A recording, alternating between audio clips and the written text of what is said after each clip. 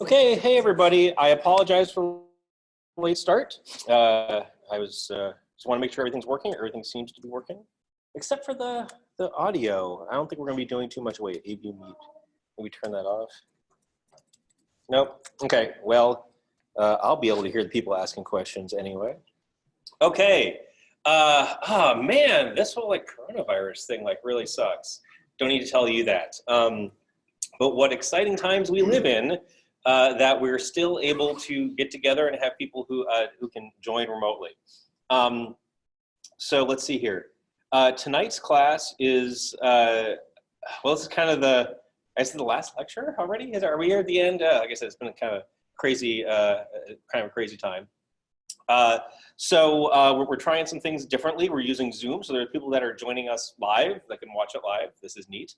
There are three things I want to accomplish tonight. First, I want to talk about the final exam, which I think is on everybody's mind, as rightfully it should be. And then I guess it's just sort of Android Q&A. I don't have anything prepared necessarily. I think we can spend some time exploring Android and how it works and what it does. But other than that, I don't have a lot of structure. Also, not too sure how I'm going to deal with people that are remote. If they have questions, you can try chatting. Actually, is anybody here in the room also on the, okay, well, let's see, I think people actually, so people who are remote, as I was calling somebody, hey, Eric, could you take yourself off mute and say something just see if I can hear you?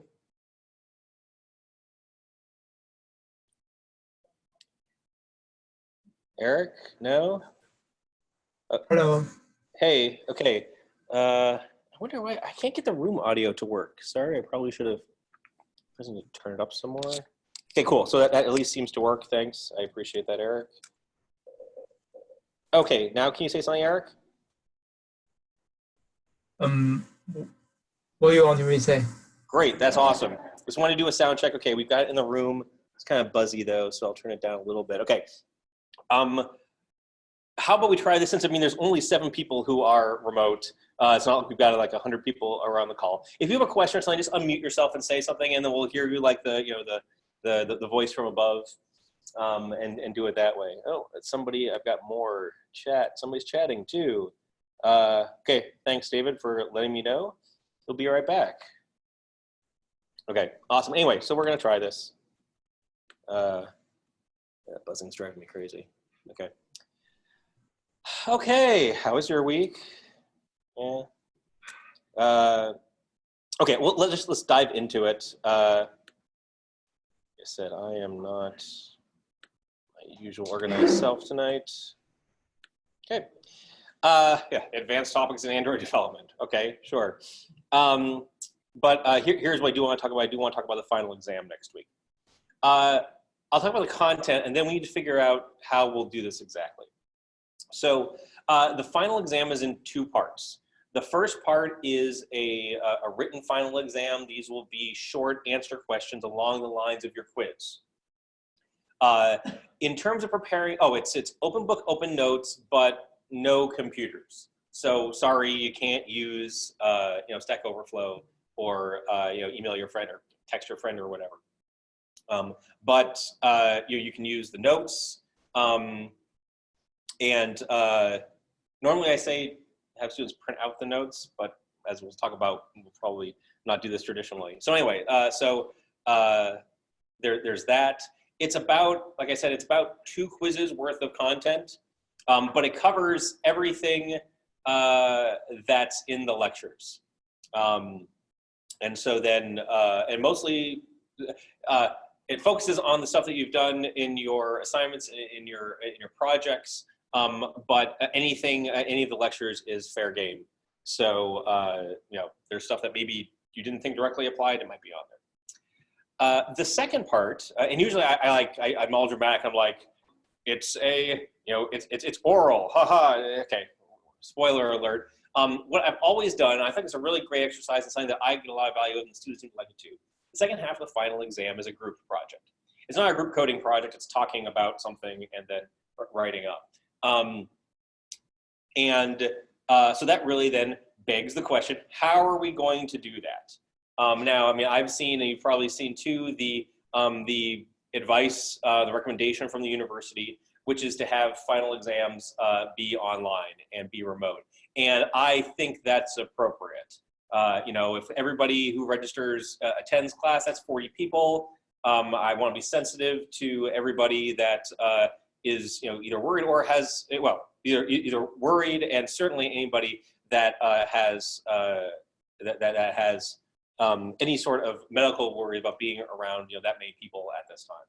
So here's what I'm going to do. I think what we'll do is the written part of the final exam will be on D2L.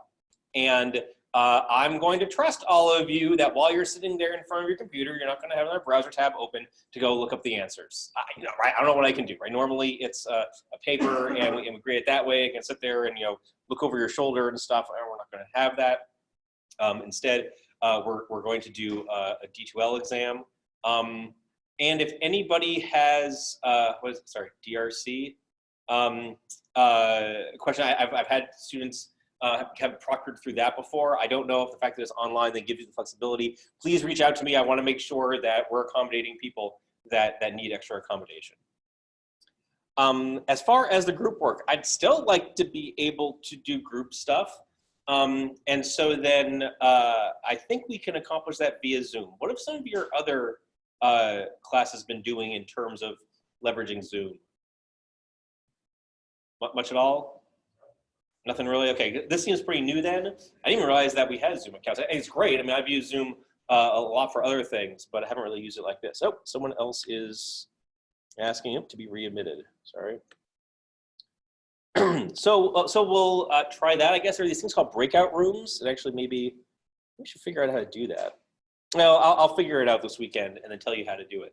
And worst comes to worst, we do the group assignment on our own. Again, let's be safe. While the final exam is important, it's not worth risking anybody's health or the health of anybody else that, you know, might use this facility later on. So that's what I had in the finals. Yeah.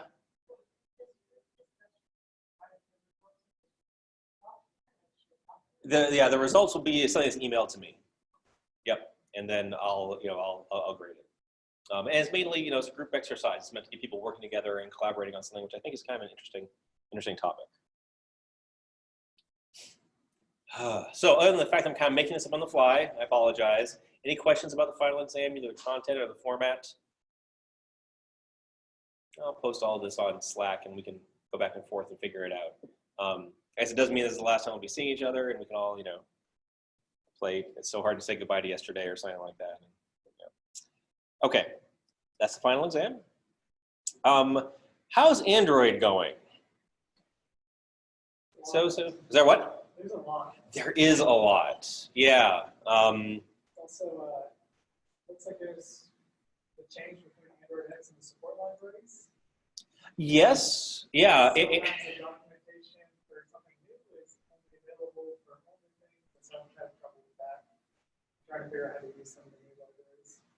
Yeah, I'm finding the same thing, honestly, right? I mean, I started like, hey, how do you write tests for this? And I was looking at the documentation. It's like, this class doesn't import, and what am I doing wrong here? So, yes, that's one of the things I find too, is that they like to change things quickly, and while the documentation looks so authoritative and so like, oh, this is a great example, it's like, oh, wait, is this, you know, 2 years old, it isn't working anymore. So, excuse me, I gotta keep letting people in. And it didn't go ding. I wonder why. I suppose play, oh, because he hasn't entered yet? Anyway. Right, and we can explore some of that tonight, maybe, if that, you know, makes sense. What are some other people's experiences working with Android so far? Yeah. Like to compare to the last project. Compare and contrast. What are some of the things that you found so compelling? Yeah, more intuitive. Okay.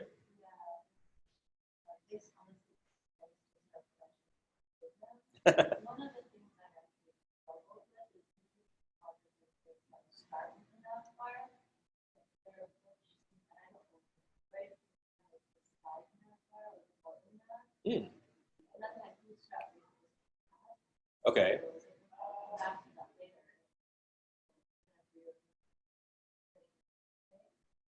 So it sounds like you have experience doing user interface development before, and so like you sort of said, oh great, I'm used to starting with this thing in Bootstrap, and now okay, it's just a little different, but so that makes it a little.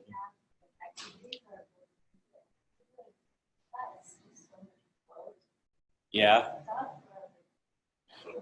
Yeah, I found that too, right? So the things that come pre-canned, and actually this kind of, I mean, I think it's been like this for a long time. Like I remember, okay, Grandpa Dave tells stories.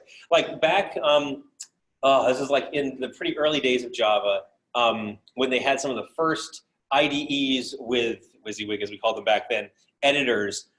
Yeah, you look at the code that they use, like, this is crazy code, I can't make it, and they're using like these really complex classes and everything like that. And I think I've seen the same kind of thing with Android, where it probably makes total sense to like the developer who's writing the IDE is like, well, of course I'm going to use this really complex thing because I understand it all. But then as someone new to it, it's like, this is a really hard way to understand it. So yeah, it's like one of the first things that I do is like I get rid of whatever Android X layout, view group that they use, and replace it with like linear layout. I understand that. That's straightforward. It looks fine for me, and I'm guessing probably for some of you then that just makes sense. And nothing wrong with that, as long as it looks and and behaves as you expect.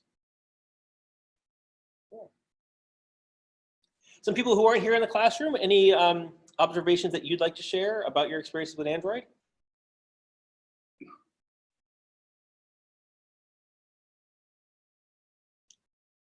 Yeah, sorry.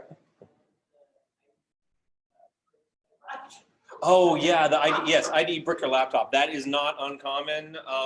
It's kind of a beast. And between that and like the runtime, run the emulator and everything like that, yeah, your fan's going to heat up. Did you recover okay? Oh, no. No? Ouch. No, I just was like, yeah, this is going on. Okay, yeah, there you go. Yeah. It does require a pretty beefy machine because it's doing a lot. I mean, holy mackerel, the emulator and everything, there's a lot there. Everything's working really hard. But yes, it's how they sell more machines. Yeah. Making room. Sorry. Yep. It's a big SDK. There's a lot of things you need to download, and it's gigabytes and gigabytes of stuff to install. And yep. But look, you get to make cell phone apps. Yay! Okay. Yeah. Yeah.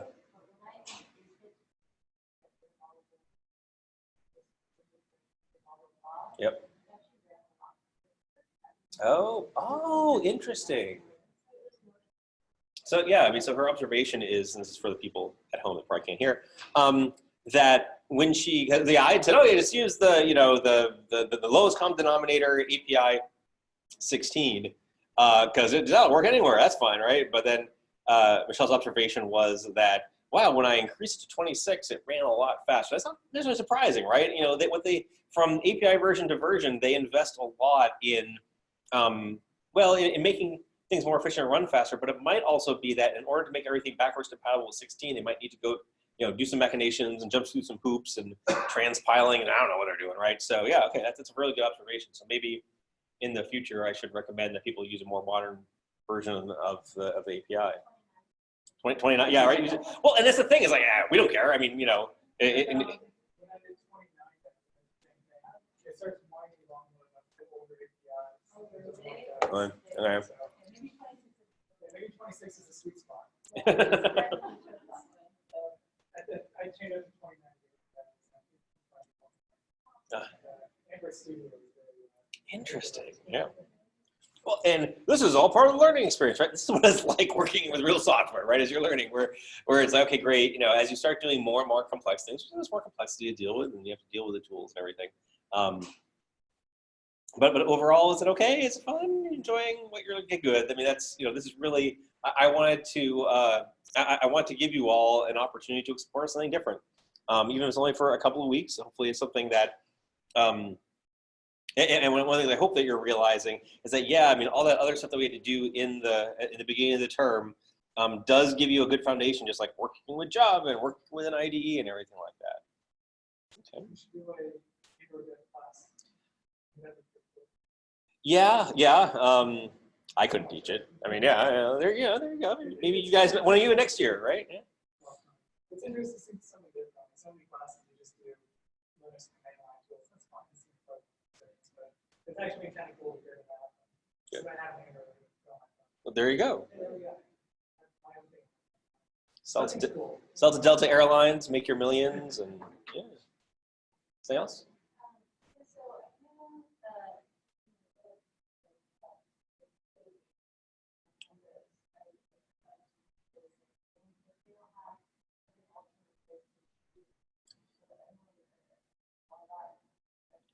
You know, I'm not sure. I mean, I think as right. Yeah. So yeah. I mean, if Android Studio is too much, or you could try, pardon me, other editors. I don't know if there's a lower cost solution. There. Let's see if they can get it on the app. Yeah. On which I guess is there still that lab upstairs? Really talk to the cat. Yeah. See if you could get it loaded. But they could probably add it on, sure they can add it in. But then you have to work on site. Yeah, you have to work on a Windows machine if it's yeah. And actually, I mean, let me know if seriously if anyone's impeded or is struggling, you gotta let me know these things. I can try to help you out. But yes, unlike the the tools at the beginning of the term, we can't run these on the PSU Linux machines, right? In order to run the emulator, you need a good robust windowing environment. Right. I was just in a meeting with Warren Harrison, and this is for the PSEP internship program, and we have some of you are PSEP, right? Maybe I recognize a couple of you. We have one of the things that we have is like this big meet and greet where like all of the interns get to meet all the companies and everything, and we're talking about that's gonna be in a couple of weeks, and someone's like, what if we're not allowed to put that many people in a room in a couple of weeks? We're like, oh crap. And so then we got talking afterwards, and I'm like, what a great learning experience. All these students here in all these classes at PSU are learning what it's like to deal with distributed meetings. So yeah, this is what we deal with in the real world, where this guy's working from home and this person's on the other side of the planet, and et cetera, et cetera. So. Mm-hmm. Yeah. Impactful to business, and business continuity plans. I mean, just like the university is doing. I mean, so like, yes, we're getting all those annoying emails and stuff, but this is super important. And, this is people's job to make sure that an institution like this has a plan to keep the people that work and study here safe. And so I'm really glad they're doing it. I have to admit, I mean, it's unlike anything I've ever experienced in my lifetime, certainly my adult lifetime, right? So this is, these are interesting times, and, oops, someone's chatting. Hope everybody is staying safe. Let's see here. Question from Shruti, might be as a group. Group members can Zoom call and discuss and submit you a write-up. I'm sure it was a great idea. Yeah, thanks. Yeah, we'll figure it out. There's also this breakout rooms, as I was saying, that I'll look into. I'll try my best to prepare everybody for next week with some good instructions and stuff, but we'll play it by ear. We'll figure it out. It's all good. Okay. Where would you like to focus tonight?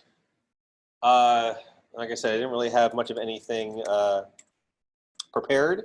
Are there any particular topics or things that you'd like to cover? Yeah, what's this?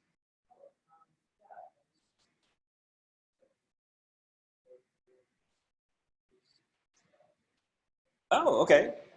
Okay, so like just sort of a general review of, I mean, this has been the last 10 weeks, okay? That'd be cool, yeah?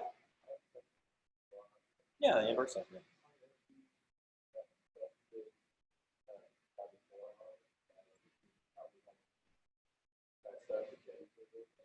Nope, not for the Android project.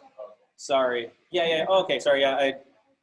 So yeah, just to be clear, the the Android application is self-contained. There's no server that you talk to. No, there's nothing like that. Everything is in one application. I'm not going to test that, so I don't want you to do that.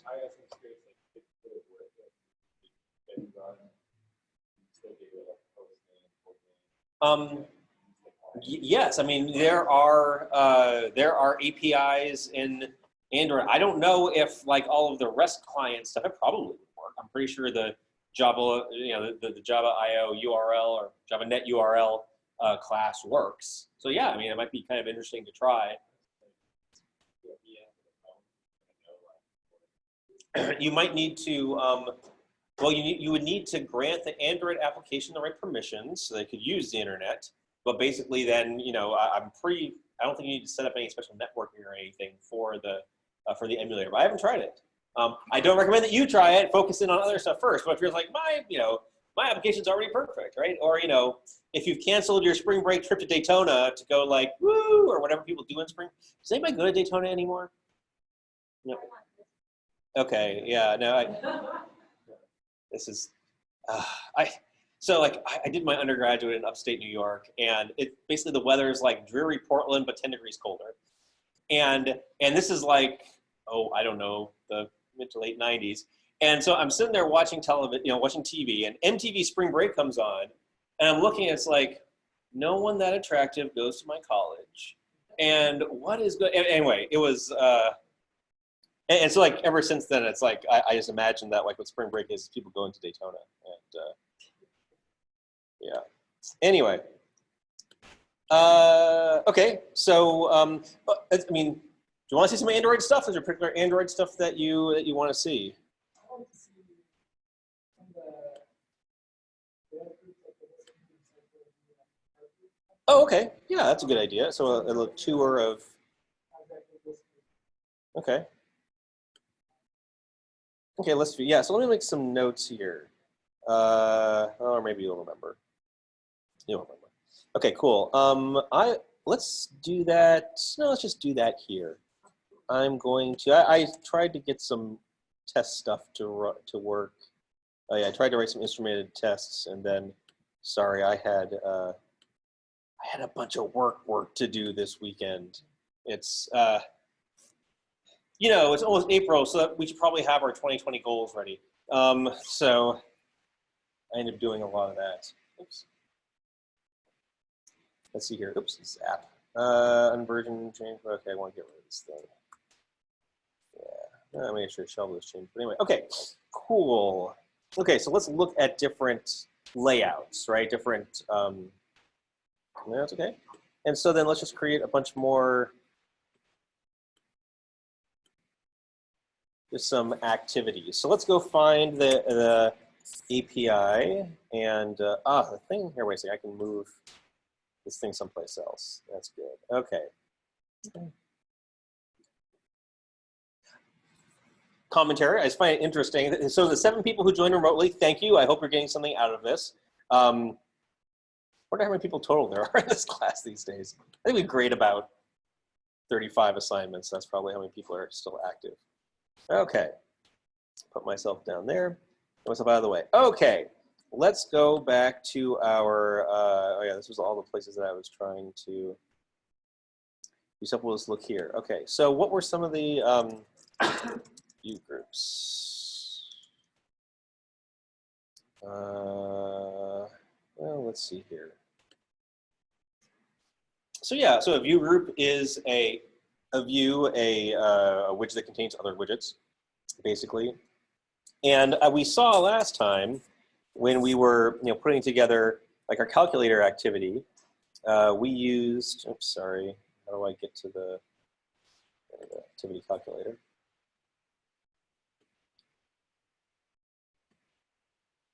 I can hear my fan starting to go between Zoom and everything else. This would be great.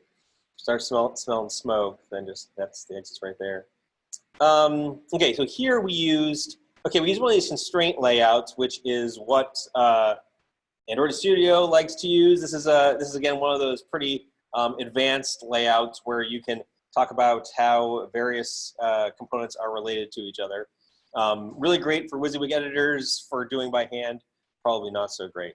But inside that, there was a linear layout, and a linear layout just arranges widgets either as a row or a column, depending on its orientation. And inside that layout are your widgets. And of course, you can nest other layouts inside that to create, your layouts of layouts.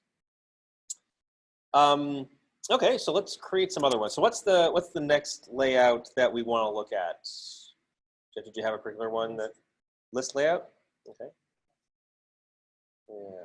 Okay. Let's see here. Oops. List layout. Is it actually called list layout? Sorry.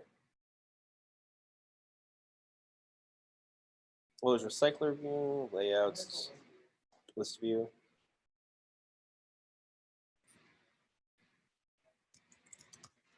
There we go. Right, okay, good. List view is an adapter view. Okay, so, you know, when we look at like our simple calculator that we created last time, it's a pretty static UI, right? You know, there's just a couple of fields and it doesn't change based on the data that's displayed. But there are lots of UIs that you want to be dynamic based on the data that is displayed.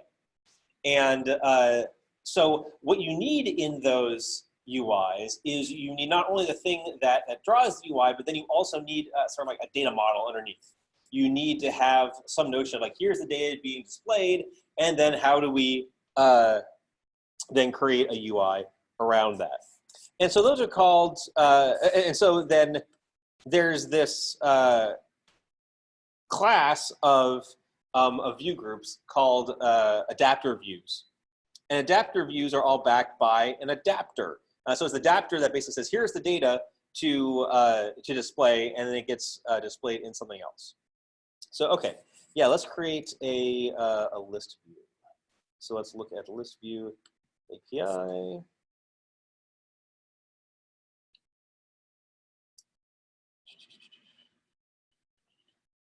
Okay. So yeah, contrast this with the recycler view. That's fine. So this is a good place to start. Okay, so let's create a list view. Let's just create a new activity for that.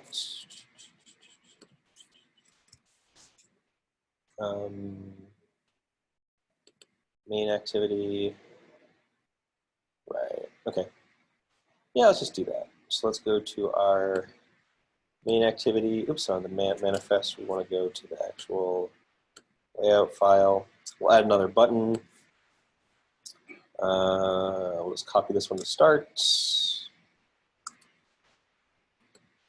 And there we want it to the top of ID. Oh, let me say ID equals ID. This is launch calculator. And then we want the top of, actually we want to the bottom of ID launch calculator. To the top of parents. Okay, good enough. And instead of launch calculator, this will be launch list view example. Create that as a string resource. All very good. We'll have it when it's clicked, call launch list view example. We'll create that method. Great, it's going to create a new intent. As a matter of fact, copy this, we could refactor that if we want. There it's going to create a calculator activity, but list view example. I'm going to call it an activity. We'll create that class. Create it there. Oh, actually, I put it in the right place. Yes, it did. You know what? No one needs to see like the up chin me on the screen, so I'm going to turn off my video. That'll save some CPU and yeah, right. I mean, it's just not a pretty sight. You know, it happens with age. Let's see here. The list view example is an activity. So let's go to the calculator activity.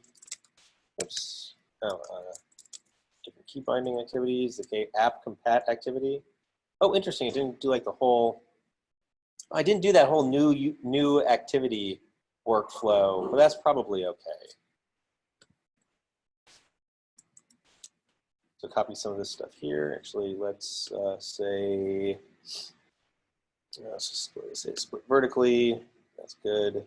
Don't need this over here anymore. Yikes. I want this view example.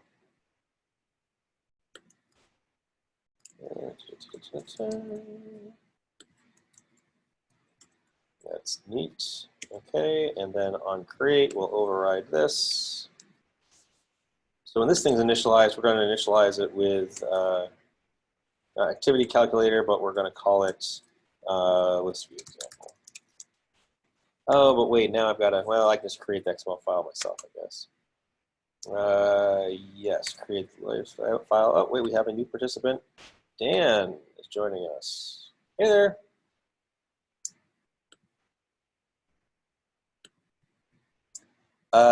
Let's see here. Source set main, directory name layout. Ooh, available qualifiers. Look at all that great stuff. I have no idea what was going created. I'd love to add it to Git. Thank you for asking. Okay, so now we got a list view example. Let's do that side by side. Okay, so now let's make ourselves a list view. Okay, sorry, I don't want this anymore because it takes up too much real estate. So list view, height and width. Let's just say, what is it? Match parent. Sorry, I can't remember the name of it. Match parent. Yes. Match parent. Match parent. So it's huge. That's cool. Want to give it an ID, and we'll just call it list view. Okay, so there's nothing there basically, and so now what we need to do in our activity though is we need to populate it with some information.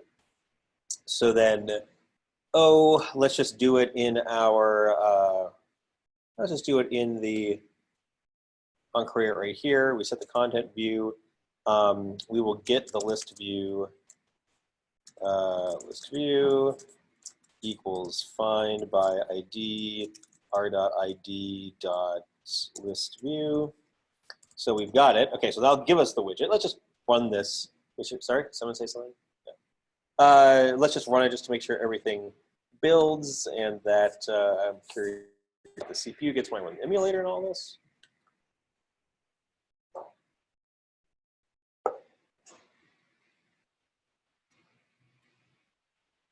Still thinking about it.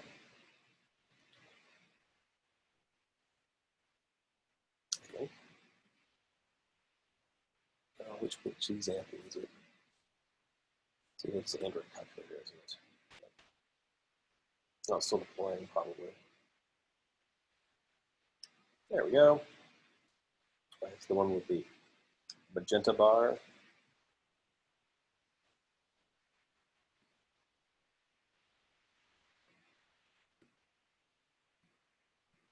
There we go. Launch list view example. It crashed. Really? It didn't like that one. Okay. Let's find out. There's just no good place to put this bar. So let's see. Let's look at logcat. All sorts of stuff blew up.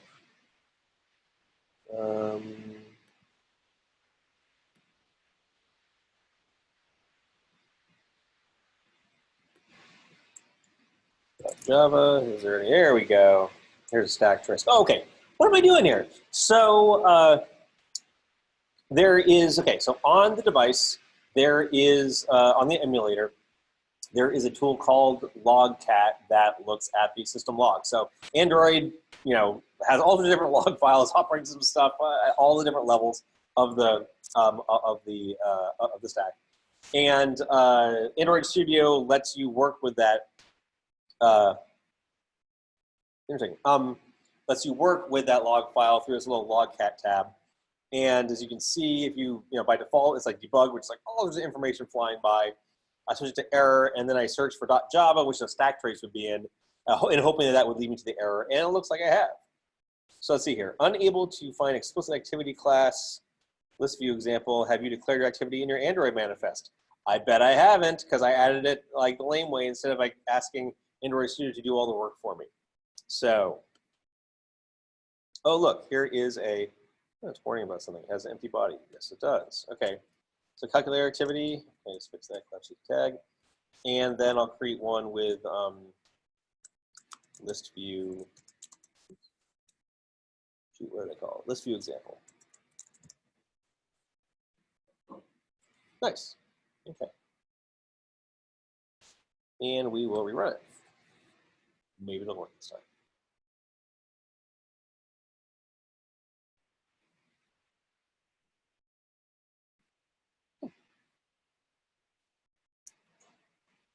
So we're thinking about it. Nope. Crashed. Has it not? To install, successfully finished.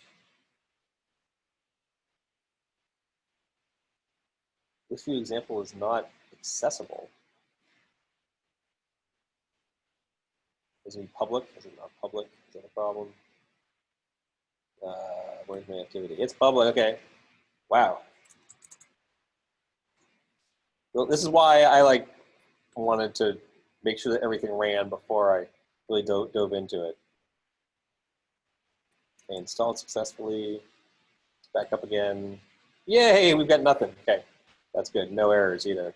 Okay, so it looks like all that is building okay. Okay, now we want to create an adapter, which is the thing that has all of the data. So ListView dot set adapter, and then we need to have like this adapter. Okay. So there's this thing called a ListAdapter. Let's take a look at that API real quick.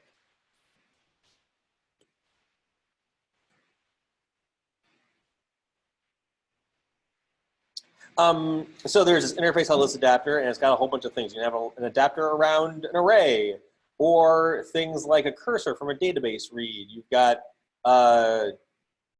you can have adapter from a resource, a cursor from over a bunch of resources, things like that. I'm guessing for your application, you'll probably just do something simple like an array adapter. So an array adapter can be created from, okay, well, you need a context. Oh, this is interesting. From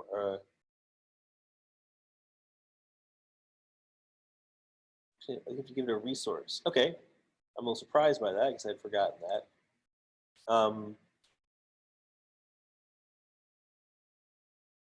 Let's see here. You can use the adapter. Let me get this out of the way. Super annoying. Is there any way to collapse this? That's how you get to break our loops. Interesting. Okay.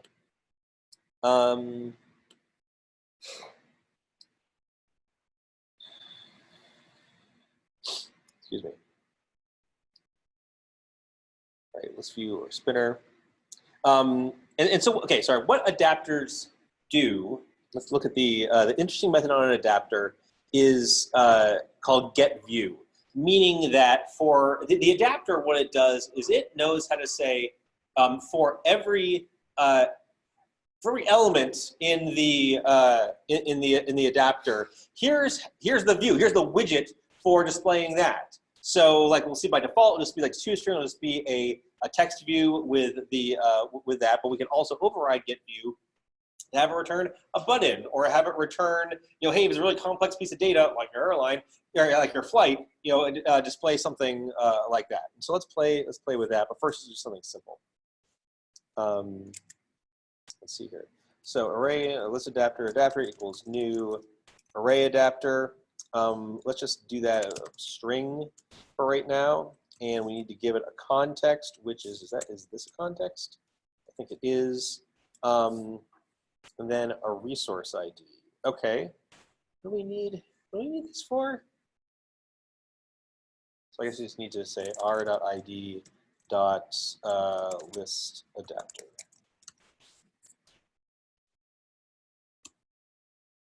And they're list adapter. No, what doesn't it like? Oh, we need to give it a widget. That's right. Okay. How do we do that? Okay, right. So we need to give it. Oh, it's a layout ID. Okay. So r.layout dot text. Oh, there's a way to do this.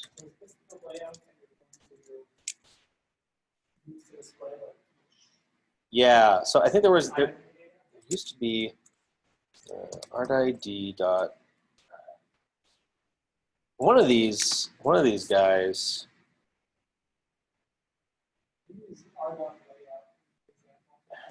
Just r.layout? Yeah. So, okay, right. Yeah, it's like why? Yeah, support simple spinner dropdown item. Actually, that might work because this is a. But yeah, why isn't there, and it's probably back here in the example for ListAdapter. Oh, probably one more back, sorry, ListView.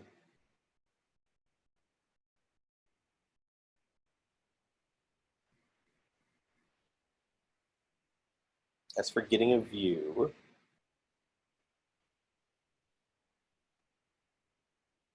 Right, yeah, you have to basically, yeah, say here is the widget to then fill it with, and I think this one will work okay. So let's give it a try. Adapter, oops, adapter dot add, no wait, what? No, because we need to have this be an array adapter. Array adapter of string dot add hello, adapter dot add world. Let's see what this does. Oops, what did it like? Resource compilation failed.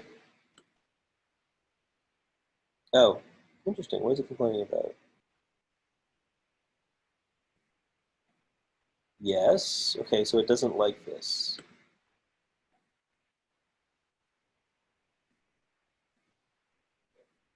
Okay, well, I don't think we need this thing anymore, so let's delete this file. What can that do from there? Okay, fine. Let's revert that. It's like now it's empty or something. Wait, really?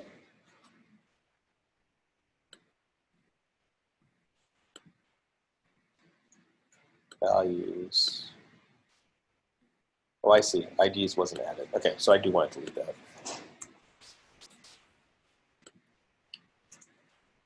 Try building it again.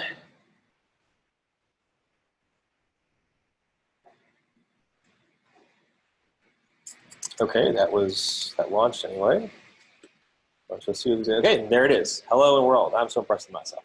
So the trick there is like, yes, the resource ID is like the resource for the yeah, the resource for the view for the thing that gets laid out.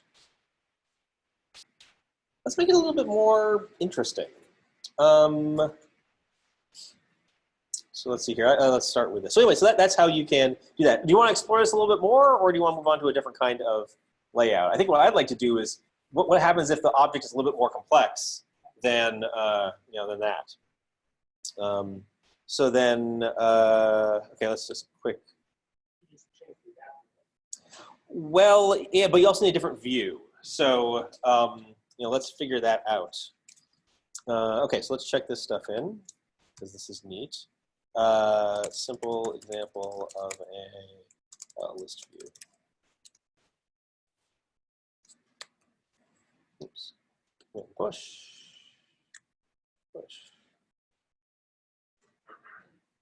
So now let's create ourselves. Actually, do I have a flight class? I think I do. Oops. Do I have a flight class? Stop, open, flight. I do have a flight class. Sweet. Okay. Well, let's have, yeah, let's just implement this real quick, see what it's like. Field, initialize in constructor, and we will call that number. Great. Source, return this dot source. Create field, string source, sure. Get departure string, return this dot departs. Oops.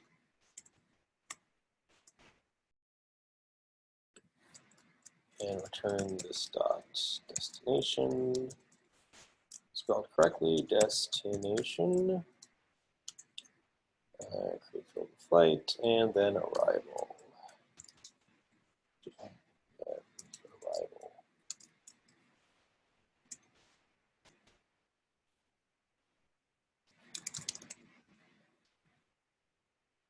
Return, start arrival, should be departure. Cool, and then we'll make all these final and initialize them in the constructor.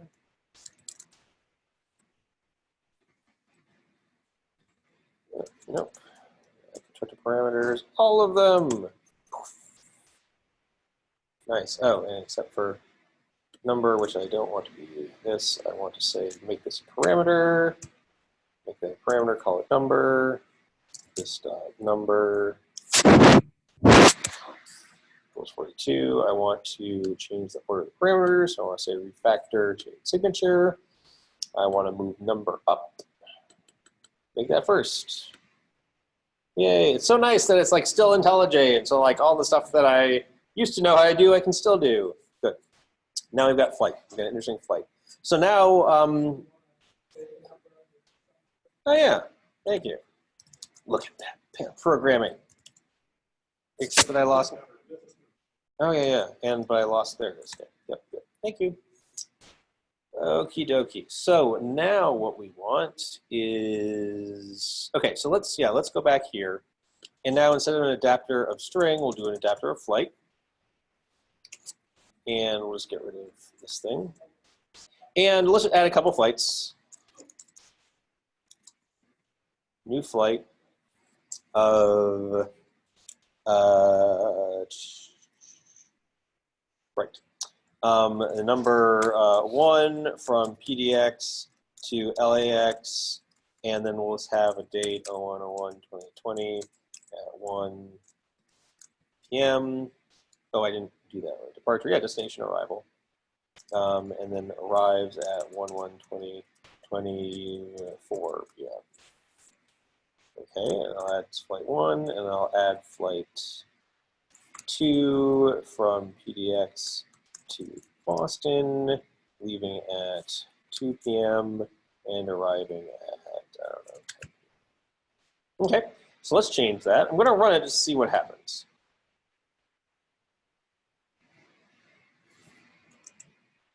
So it's compiled. Now when we launch the ListView example. Okay, what it does is it prints the to string of the object by default. Completely reasonable thing to do, right?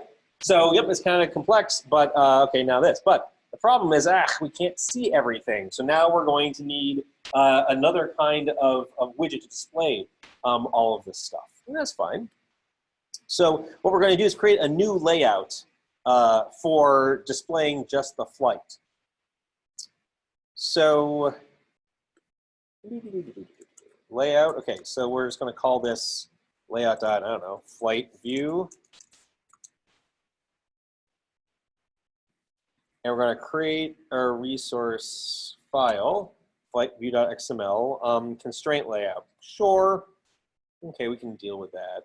I don't know exactly what this is going to look like. So yeah, let's just start there.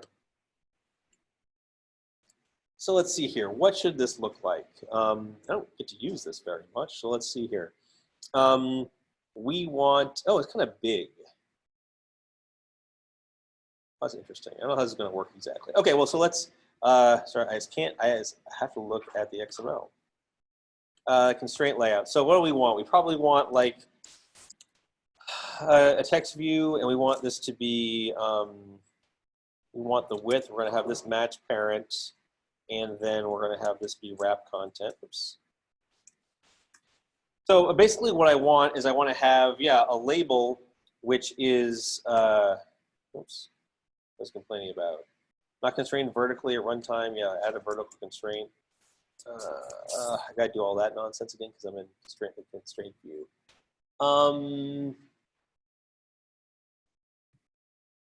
Nah, let's just use, okay, let's use the easy stuff. Like linear layout, mild friend. Linear layout. And we want linear layout, yeah, we like all of that. But we want,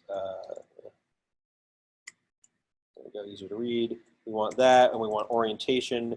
Okay, so what we're going to do is we're going to like have all these nested layouts. So we want the overall thing to be vertical. And we're going to have a text view here. And then let's make it easy. And the ID of this one is going to be, let's call it flight number.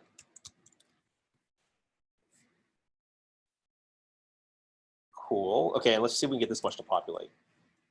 Right. Okay, let's give that a try. Yeah, let's actually do that. Okay.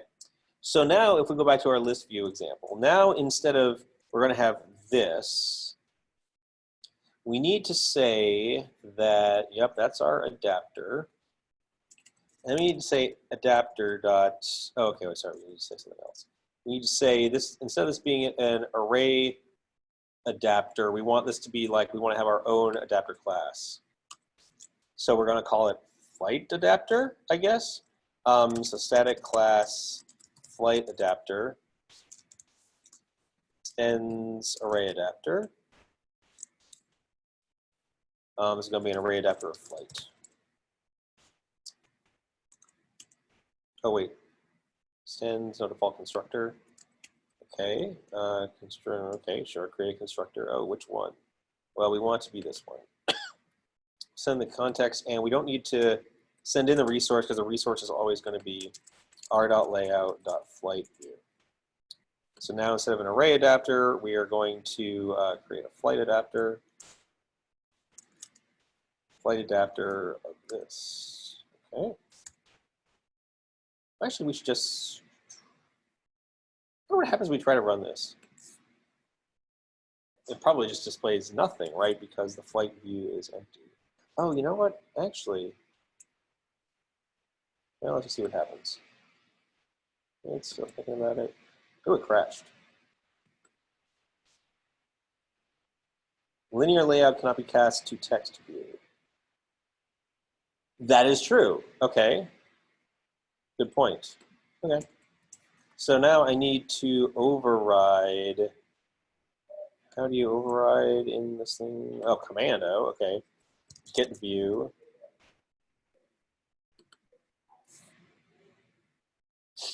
Okay. So get view is the thing that will return the view. And ultimately what we want is a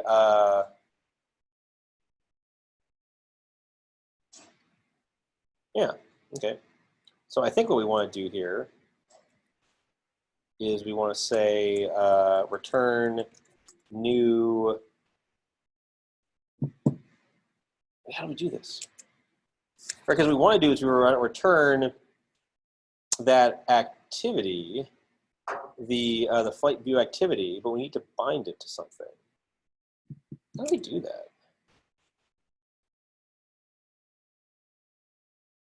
So this is like, oh, I see. We need to find the view that it takes. So the convert view will be the thing that gets passed in. Gotcha. Right, okay.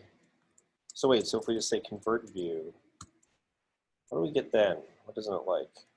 Might evaluate to null, but is not declared as not null. Why would it be null? Oh, okay, we need to use this layout inflator thing? Sure. If convert view equals null.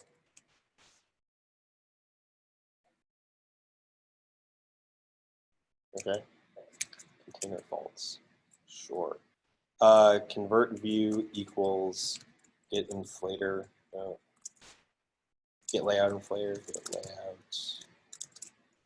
Oh, why doesn't it? What does get layout inflator mean?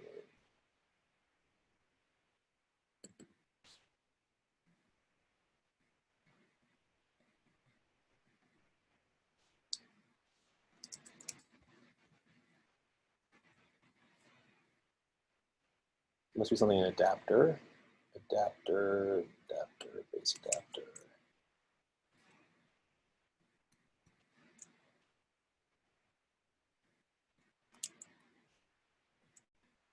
Get layout inflator, get layout. Okay, I see. This is something that is passed in from the view. So I think that example was, oh, okay. I'm going to make this a non-static class, I guess, and then that'll work, right? Yeah, okay. Inflate, now what is that thing called? Yep, inflate. And I think what we want is the r.layout.flight view. Interesting, but what is this going to return? flight view, and then the container, whatever that is. Oops, what's the container? It's called parent here, okay? Parent, and then false. What is the false? Attached to root. Okay. Nice. Okay, let's see what this does. Oh, it crashed, and so I seem to be deployed again.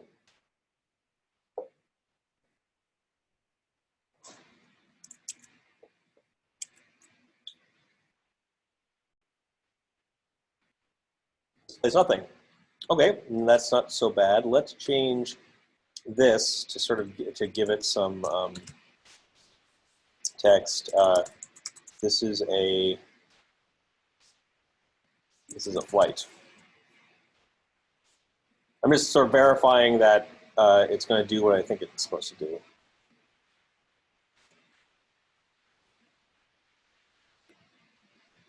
Okay, good. So now it prints this is a flight. So what we're doing here, what I'm doing here is kind of making things up as I go along because I really don't know what I'm doing. That's nothing wrong with that because you might find yourself in that situation someday. So what I'm doing is sort of like very methodically figuring out how do I then build up this, this widget that you then use multiple times in your list. Oh yeah, I've been talking for like over an hour. Do we need a break? Nah, yeah. Okay, let's say, and sorry, and before we do that, is this like what you're hoping to get out? Is this kind of stuff? I'm just up here, I'm learning about Android because I didn't do it during the week. Okay, good. Let's take a little break. People on the phone, if there's anybody left, and it is you on the phone. Look at me. We'll take like 15 minutes, come back at 7. Remember for that? Okay, good healthy break. Remember this is all being recorded, and so like you've had enough for tonight. He's already asleep. We can, you can just catch it online later. Okay, let's see here. Pause share. Where is the pause? Okay, we're back. So during break, there were a couple questions about the final exam, more stuff there.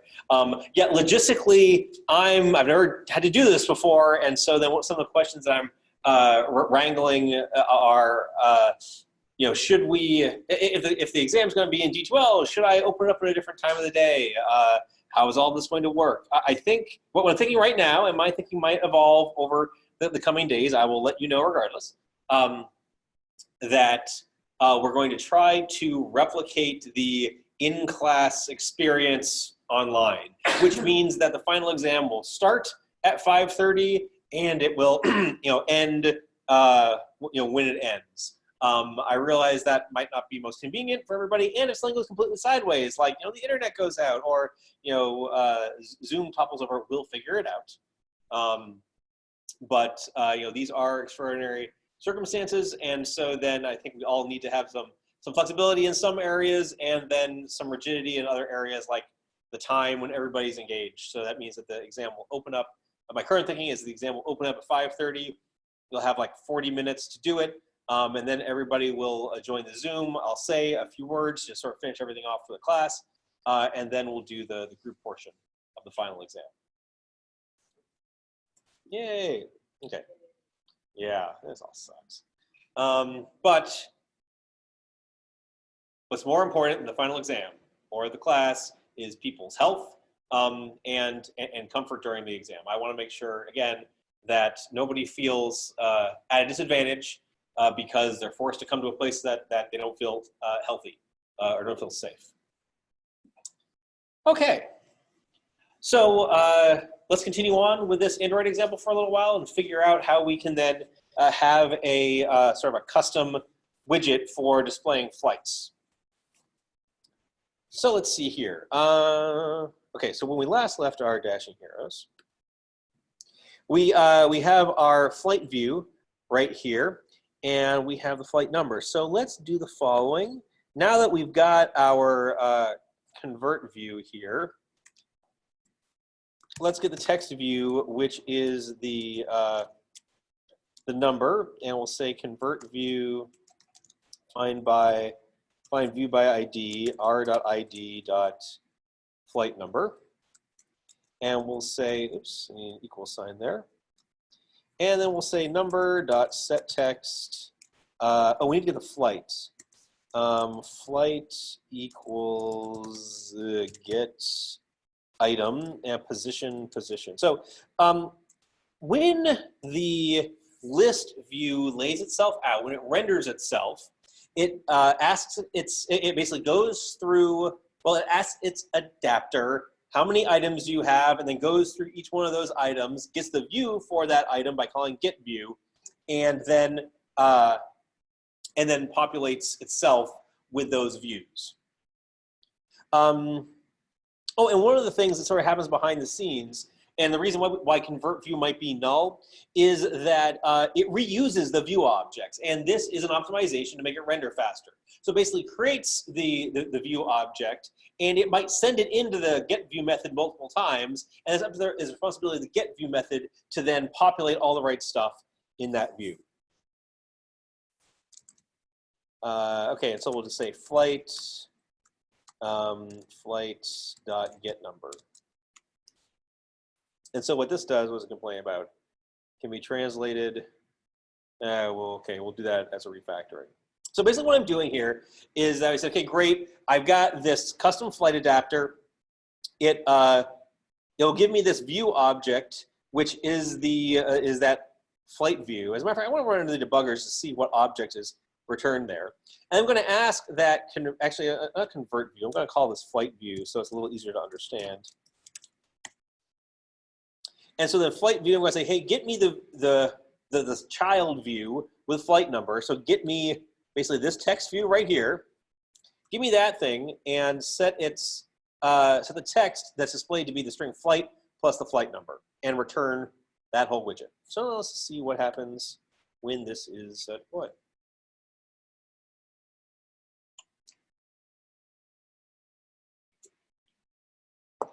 Yeah. There's that point in the bubble tea where it's all like sucked together. It's not that good bubble tea. Yeah, that was in a hurry. One. There we go. Ah, look, flight 1, flight 2. Right? So here again, what we have is this widget, this view for each one of the flights. So then, actually, I want to debug it. I'm just curious. I want to know what all this stuff is all about, so I'm going to debug it just to see what happens. Okay, restarted. Launch list view. Okay, so it's rendering itself. Position is 0. The flight view is null. So then it's going to, oops, F8. I'm going to then layout inflator. Okay, basically what this thing does is it says, hey, go get me one of these objects, one of these flight view objects. Now, what is flight view exactly? It is, oh look, it's a linear layout.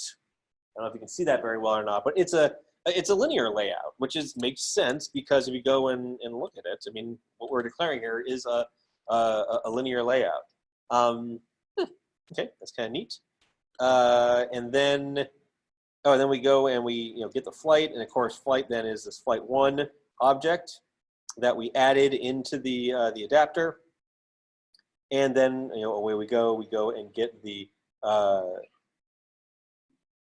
the text view, and when we hit set flight, and then we go and we get it twice because there are 2 widgets. Okay, well that's all pretty neat. And of course, I don't think I'm going to go through it tonight, but you don't want to add padding to this thing. Actually, let's add another. Let's add another thing. Let's see here. Okay, so I don't want this text anymore. But now let's have another text view, which is going to be, and again, we want the width to be, match parent, because we want it to be as wide as its parent. And notice that over here in the renderer, it looks like it takes up the entire screen, but it really all depends on where it is, where it's the cell of the list layout, or the list view that it's rendered in. And we want the height to be as tall as it needs to be. And then we'll say Android, and then the ID will be, let's see if we can fit, let's see if we can fit in the departs. Yeah, just try that. And now what we're going to do is we're going to go back here, and now we're going to say text view departs equals flight view dot find view by ID r.id dot departs. And now we're going to say departs dot set text. I'm going to say departs flight dot get source at flight dot get departure string. Let's just see what happens here. Oh, yeah. Actually, let me. So it's complaining because this is a hard-coded string. That is true. Bind methods to fields. Sorry, wait a second. String literal set text cannot be translated. Use Android resources instead. Yes. Will you create one for me? Extract string resource. Sure. Resource name. We'll call it flight number. L-I-G-H-T. Nope, G-H-T. Number. Resource value flight plus. Oh, that's interesting.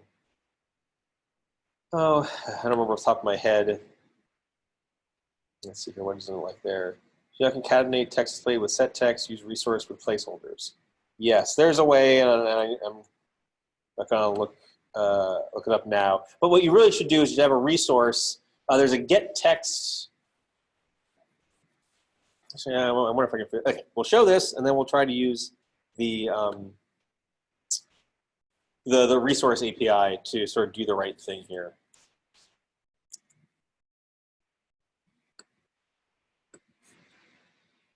Okay, cool. Now look. So now we have two text fields in each one of the cells. The flight 1 departs PDX at LAX. I screwed something up there.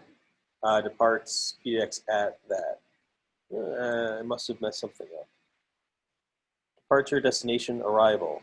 Source. Oh yeah, I got those totally backwards.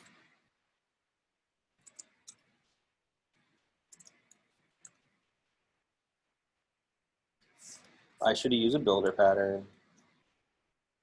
That's okay. Oops, box. And get the right. Oh yeah, I forgot to turn off the hints of like the names of the. I just find that super annoying. Oops.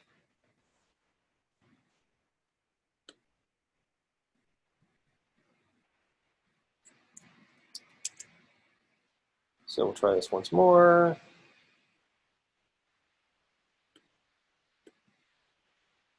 There we go.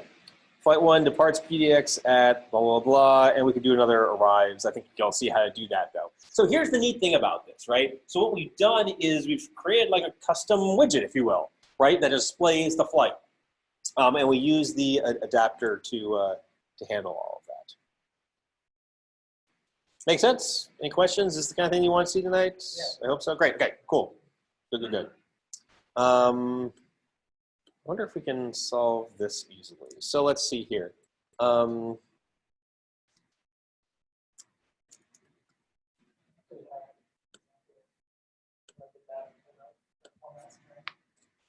that's right. I have a string.format fixed string.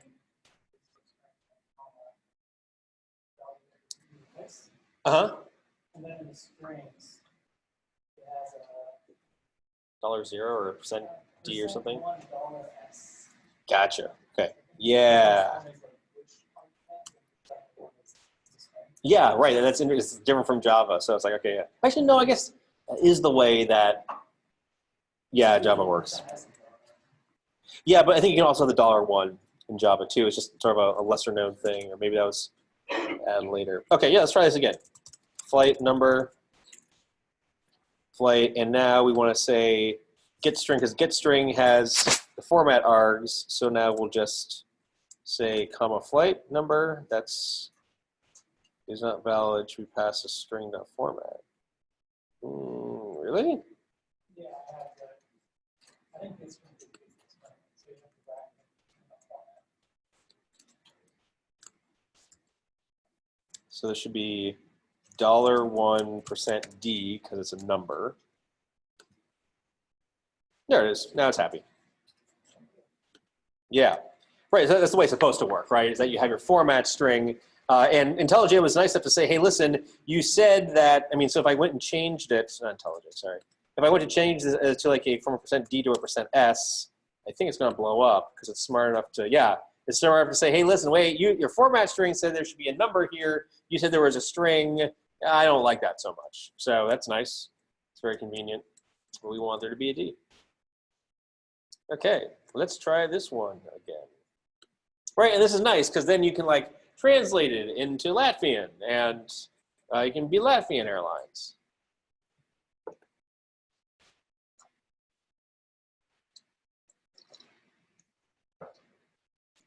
Make original pointer exception. Yeah, that's true.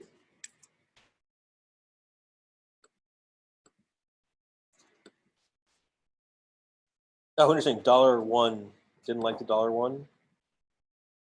What did they do wrong? Is it $0? Is it zero based? I just don't need it. Let me try that again.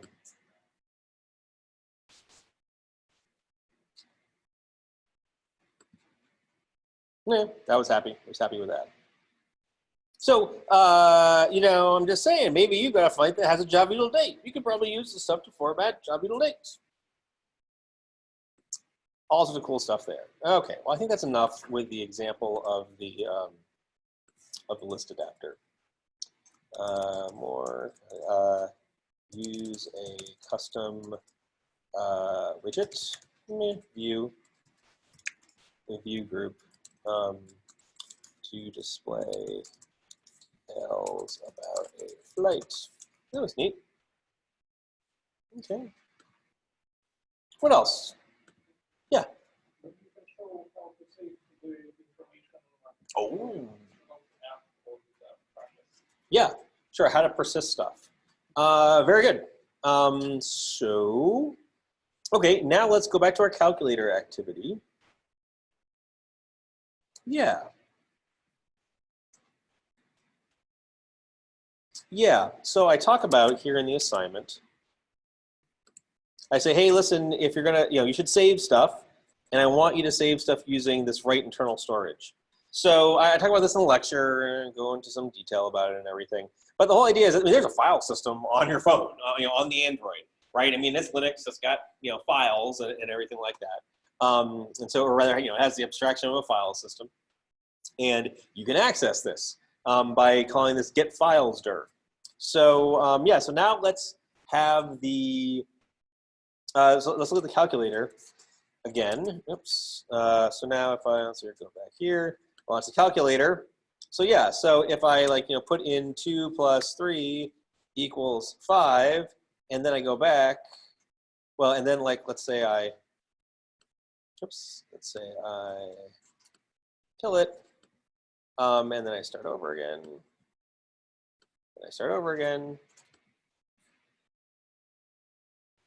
Launch my calculator. Wow, wouldn't it be neat to remember the 5 and the 3? All right, fine. Persistent calculator 2.0. I don't know. Yeah. Well, you have to pay extra for the upgrade, the in-app purchase of saving the. I don't know. So I'm not very good at apps. So okay, let's do that. So let's go back to our calculator app. So now, I mean, this is we're not really doing UI stuff. We're doing. Oops. We're doing, sort of not backend so much as the business logic here. Okay, so what do we want to do? On create, so I think what we want to do is when we want to say on pause, oh wait, sorry, override. On pause, on key down, how about on stop?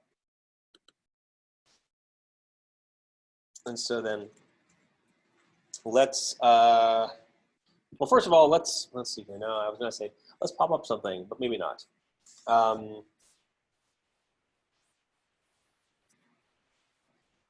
Okay. So what we want to do is we want to save operands file. It's doing its own method. So we want to get files dir. Files dir, yeah, and then yeah. Okay, so then let's. I remember where the files dir is.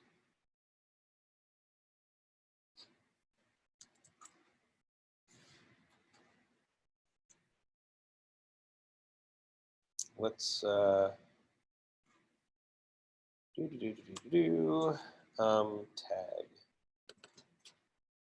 What was it do here? This is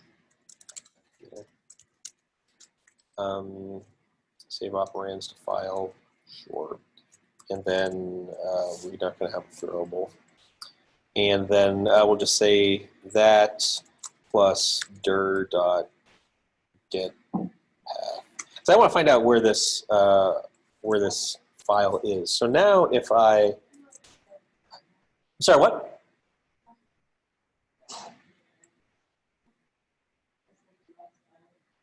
Oh, cool. Yeah. Device file export. Cool. Where is that now? Over here. Yeah. Oh, check that out. Okay. Data app. Oh, data. Like that makes any sense.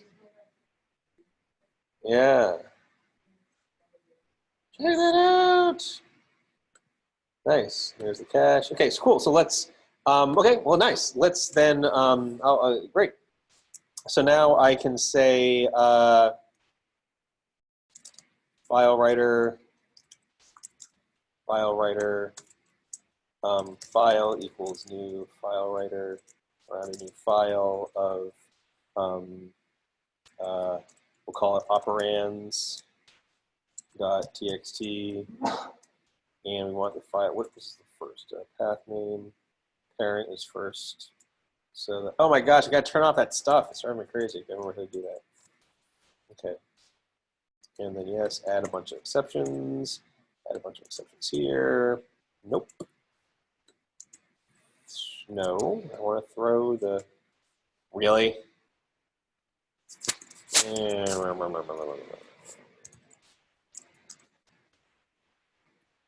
No, it doesn't let me do that because the overridden method doesn't have it. Okay. Now I'll try catch. Now I'll do that log. Log e tag is here. On stop, and then this would be the exception here. Yeah. Cool.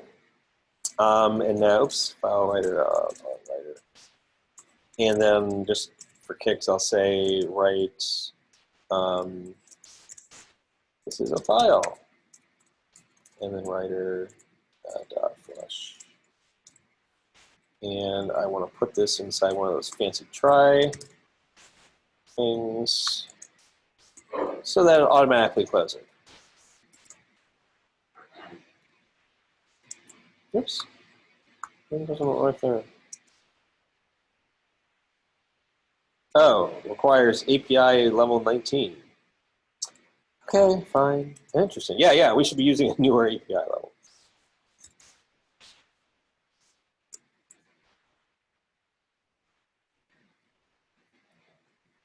Yeah.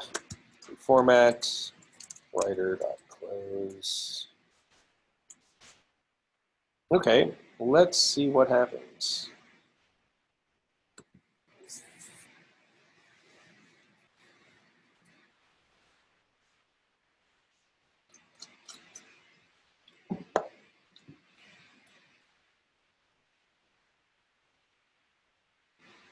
Okay. Launch calculator. Actually, I should be debugging this just to see. So I have to admit, it's always a challenge for me to remember exactly how, like when stop is invoked, what you need to do to the app. If it's stop, if it's on pause. I don't, actually you probably want on pause instead or something, but launch calculator. If I go back, does it stop it? It does. Okay, neat.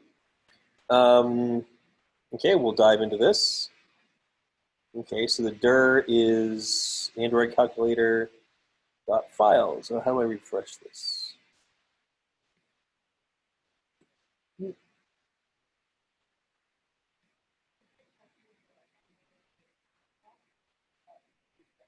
This thing right here?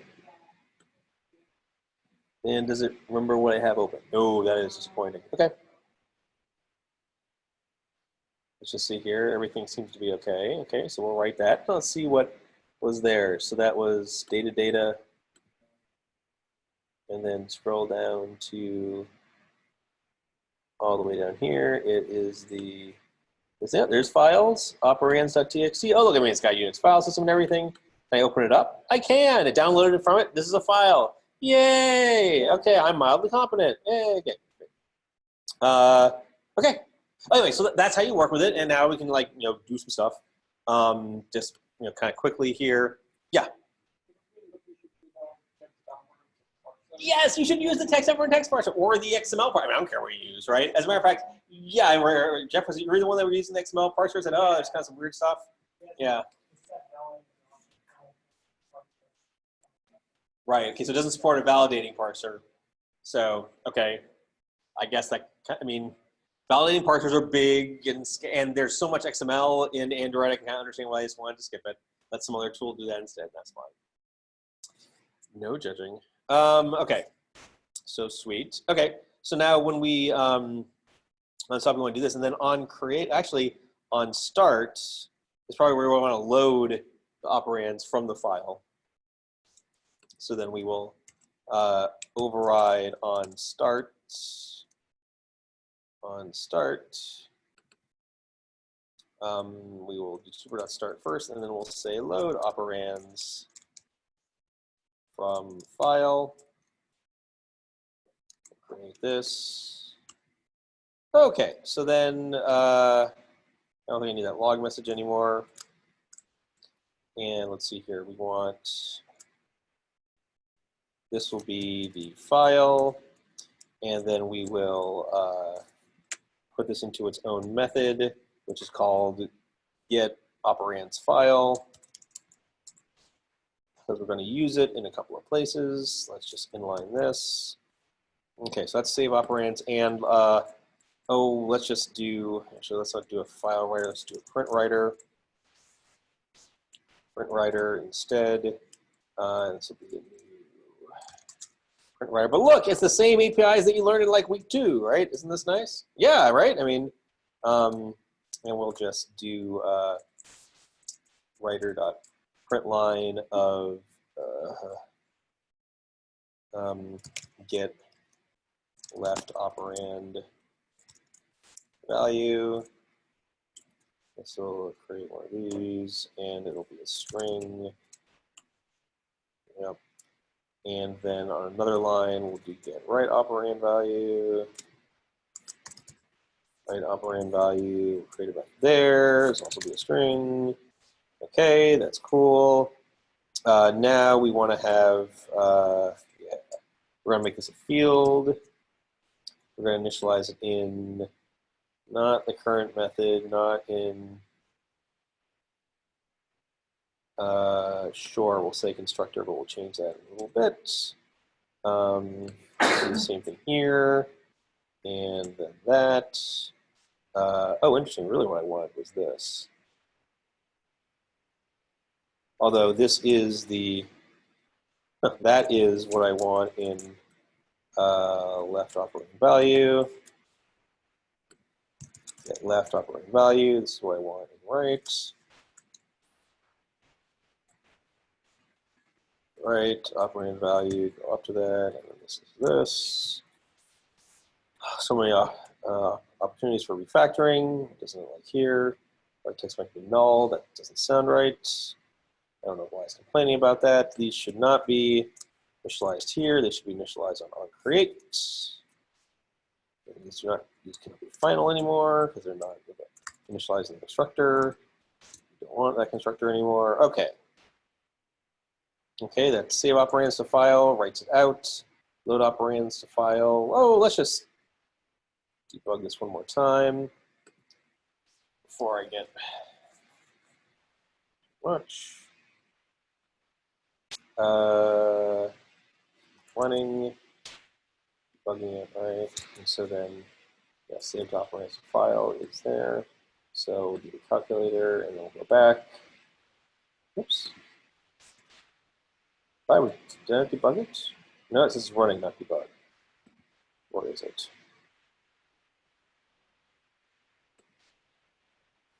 I'll try debugging it. Come back to the drawing button.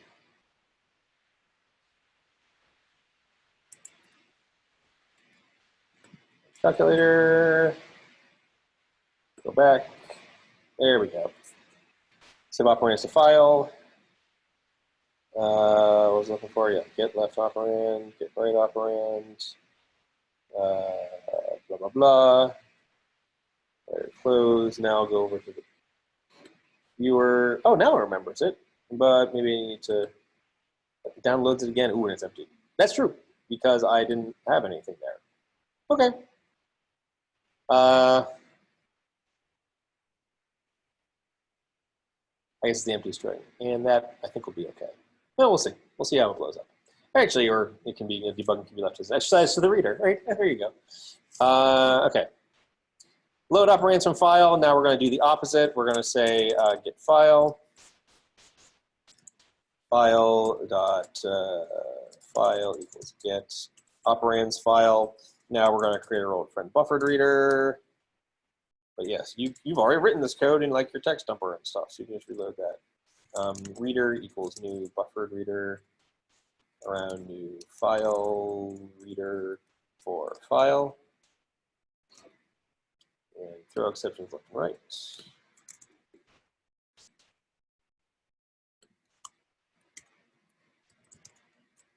Log e, the tag is calculated. Start exception. And I'll change it a little bit. Reader, okay, so let's see your string. We'll say set left operand value reader dot read line. Okay, let's change the exception. Oops. And change that. Let's change it here.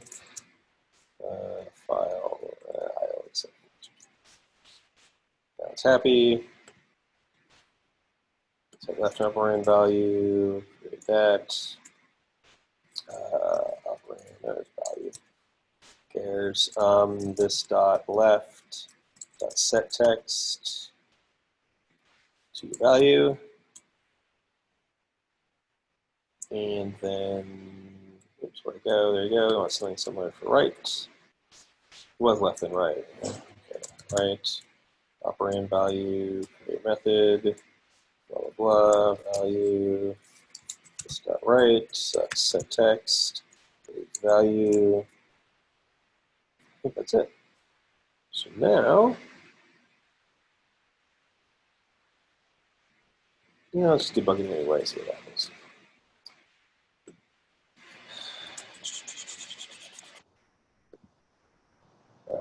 Do I not? Okay. Let's see, launch calculator. Now we have 2 plus 4 equals 6. When we go back, no, it didn't. What's it bugging again? Launch calculator. And it remembered. Son of a gun. I want to debug it to prove that it actually worked. Actually, you know what? Just kill it and then.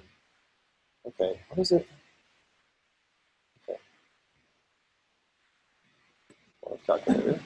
Okay. Now. Oh, so now it should remember. Let's see here.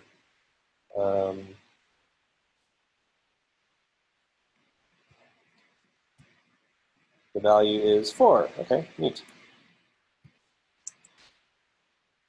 No matter how long I program, it's like I always get a nice feeling. It's like, oh my God, it worked. Especially doing it in public and all in front of people. Okay. Because I take small steps. Honestly, I'm not joking there, right? The reason that like I can have this confidence that it works most of the time is that I work in small, tiny pieces. Really, that's really been like this trick that I've learned in my career that do a little bit and validate, do a little bit and validate. It's really slow and steady wins the race, which sounds totally cliche, but it works, as you see. Nice. Okay. Now for my next trick. Now, seriously. Okay, so it's 7:30. Anything else you want to see tonight? I can stay for a little while longer if you want. But you've been sitting there in your seats for like 2 hours. Has 15-minute break. Okay. Well, that's awesome. So let's see here. Added the ability to save the operands for the typing. And honestly, I think what we've seen tonight is this the kind of stuff that, I think this is most of what you need to do. Probably there's more input that you need to do for your projects. But these are the kinds of things, right? Yeah, you can use the list adapter and stuff to have sort of a neat custom display. You also do some event handling stuff to click on it, I guess. But yeah. Okay. Oh, and Alexis, you asked for like sort of a year in review type thing.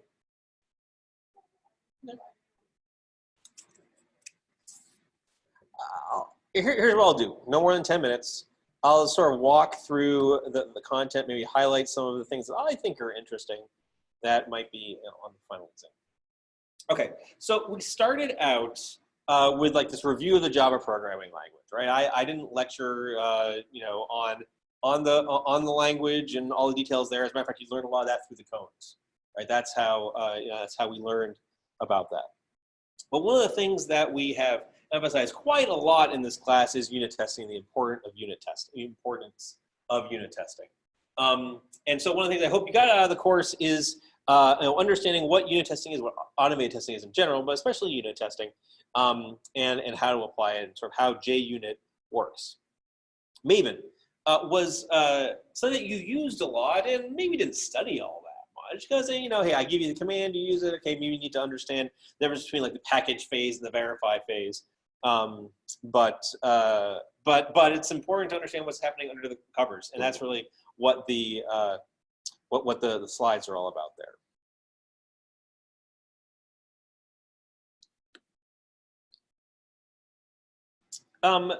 We then went on to the core language APIs, and so the first thing we saw were the I/O APIs, and we saw them again tonight, right? The readers and the writers and the input streams and the output streams and all that stuff. And then we learned a lot about the collections API. And this is like your array list and your tree set and all of those data structures that you might have learned about in some other course, but you need to implement yourself because someone else did it for you. We also learned about text formatting, right? Think about it makes your pretty printer. We learned about dates and how to represent those and how to format them to make them look nice, and how to parse them from source like file, or later we saw an HTTP request.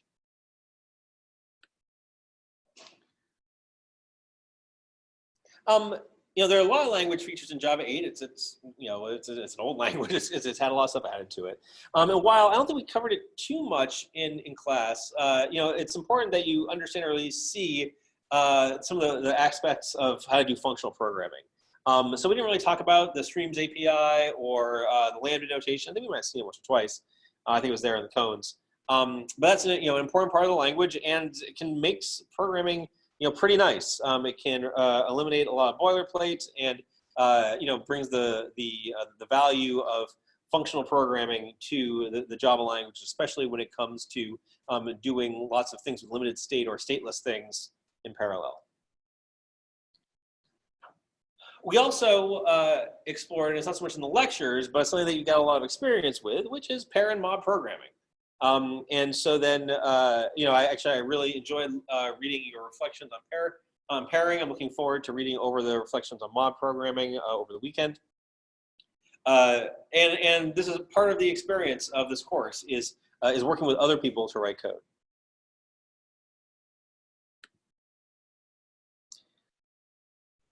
We then talked about XML and how to work with XML in Java, and realizing that this is kind of a complex API, which is a little clunky in places, and so you had to learn how to use it. And also, there's that big library behind it, and figuring out how to integrate that into your code. But the big takeaway here is that XML allows you to exchange data with each other. When you were just using your text file, it was a format of your own choosing. You couldn't share your data. Well, now you can because it's XML.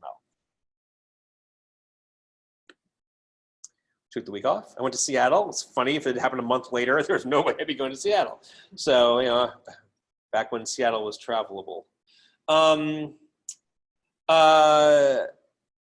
the second half of the course, we changed focus to more complex things. We learned about developing web applications, in particular the REST API. So we learned about HTTP, about how the Java Servlet API represents HTTP interactions, the requests and responses, Java objects.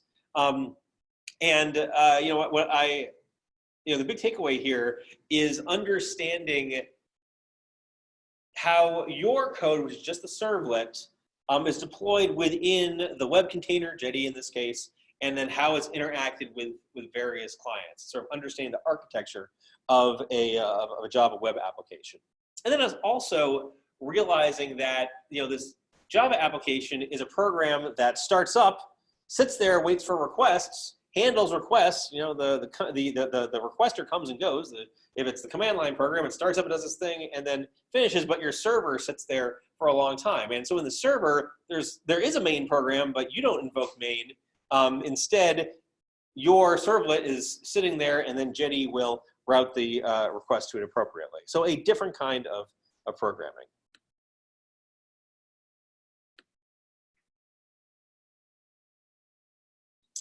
The dependency injection lecture is kind of advanced material that I want to make sure you have an opportunity to experience. I think the big thing there is the reflection API and sort of what it is and what it does. I think that was, actually that might have been earlier on, was the reflection API. That's important, as is Mockito. And this is something that we saw in lots of detail when working with the web project, is that Mockito allows you to have these pretend objects, these fake objects, these mock objects in your tests that you can sort of pre-program to say, well, please behave like this, so that when you interact with the code under test, you get the results that you expect. And then finally, we talked about Android. We talked about using the Java programming language, along with a lot of XML and things like that, to author Android applications, to small device applications. And as you're still seeing, there's a Java API there, and there's there's Java programming. There's also layouts. There's XML, things that you've seen before, but now applied in a way that when everything comes together, what you get is this Android app. And I think that the big thing here that I want you to take away is the various stages that you go through to build your Android app. You have to write your UI. You need to hook it up to the logic code in Java, and you need to do things like register listeners, respond to events. Again, a different kind of program than you were doing in week one. Right here, you have your app sitting there, and what your app does is it responds to what the user does. So most of the time it's responding to, the user is tapping on your app, or maybe it's the user is entering some text. But also, as we were seeing, oh great, when I go and I hit the back button, or when I kill the app, okay, I need to react to that. Again, it's not so much like reading in some input and then spitting out some output. It's like I'm sitting here waiting for the user to do stuff, and I need to maintain this state. I need to maintain what number is there in that text box. And that brings us to where we are now. So, lots, gosh, go through, you guys learned a lot, didn't you? You're getting your money's worth. That's good. I don't know. Well, I hope you do feel that was good. We'll talk more about sort of, what comes next time. But those are the, so yeah, there's a lot of stuff that could be on the final exam. But I hope that you feel that the final exam is pretty fair in terms of things that you've experienced, or things that we've talked about. Or at least I've set the expectations like, hey, this is the kind of stuff that you need to know, because this is what contemporary software development is all about. Is understanding how to use someone else's code, how to write tests so that you can feel confident going fast and making changes because you get this rapid feedback that yes, everything works as I expected, or oh my gosh, I just broke something, but I just broke it. It's not like I broke it an hour ago, a day ago, a week ago, a year ago. It's why it's good. Not one of my better jokes, but thank you for laughing. Okay, A plus. Okay, cool. So that's that. So tomorrow, or next week, is the final exam. Right? Okay. Thank you very much for attending tonight. Thank you very much for the people who are remote. I guess I won't see you again in person, but we'll say thank yous and goodbyes next time.